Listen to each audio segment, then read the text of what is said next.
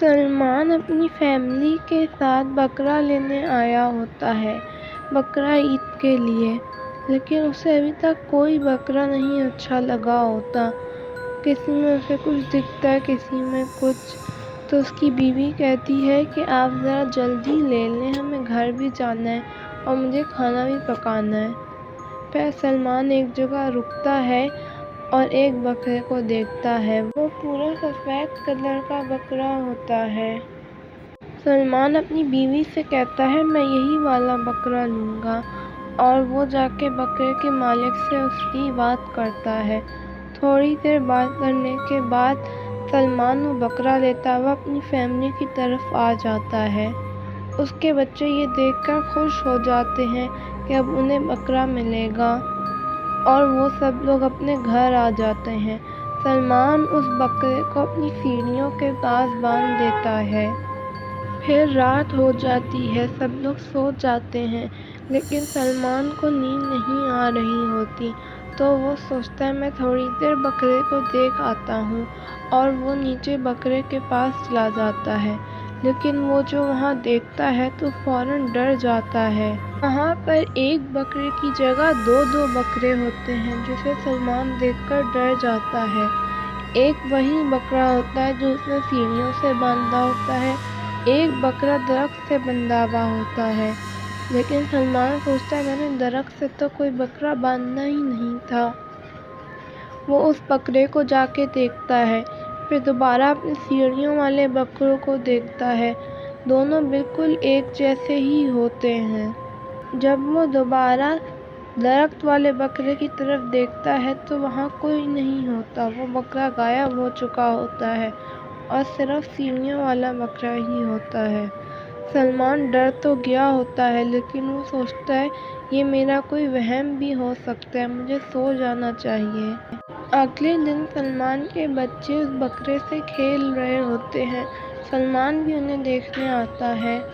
تو اس کی بیٹی اس سے پوچھتی ہے کہ ابو آپ یہ دوسرا بکرا کب لائے؟ تو سلمان کہتا ہے کون سا دوسرا بکرا؟ تو اس کی بیٹی کہتی ہے وہ وہاں جو درخت سے بندھا ہوا ہے، ہم نے اسے بھی پیار کیا۔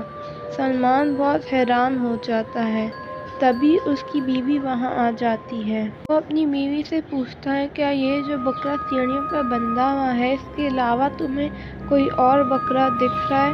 تو اس کی بیوی کہتی ہے نہیں، یہاں کوئی اور بکرا نہیں ہے۔ پھر اس کی بیوی چلی جاتی ہے اور انہیں بھی آواز لگاتی ہے کہ سب لوگ کھانے کے لیے آ جائیں۔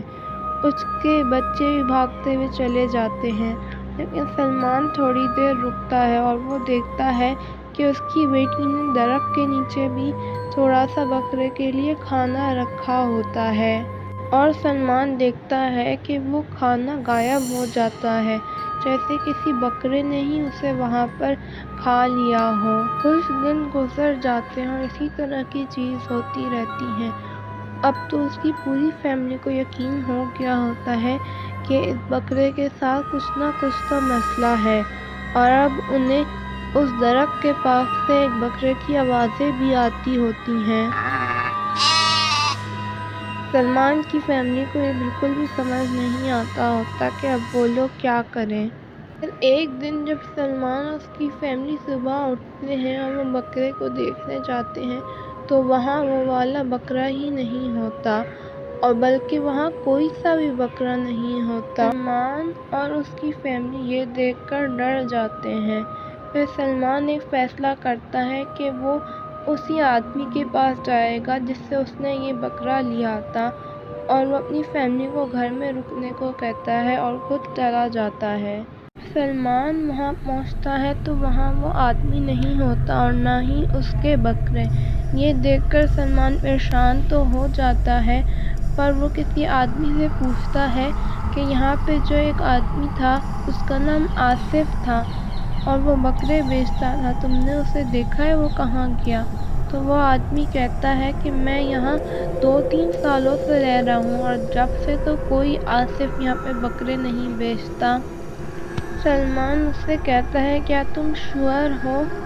تو وہ آدمی کہتا ہے ایک آدمی یہاں بکرے تو بیچتا ہے، وہ پچھلی گلی میں ہے۔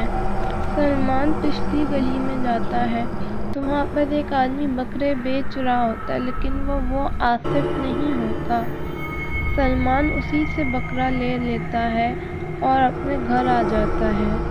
پھر اس کی بیوی کہتی ہے کہ تمہیں وہی والا بکرا ملا ہے؟ تو سلمان انہیں پوری کہانی سناتا ہے۔ اس کی بیوی کہتی ہے یہ کتنی عجیب بات ہے، ہمارے ساتھ آخر پتہ نہیں کیا ہوا تھا اور وہ بکرا کہاں گیا۔ پھر عید آ جاتی ہے اور سلمان کا اپنا بکرا بھی کٹ چکا ہوتا ہے، وہ اپنے دوستوں سے مل رہا ہوتا ہے۔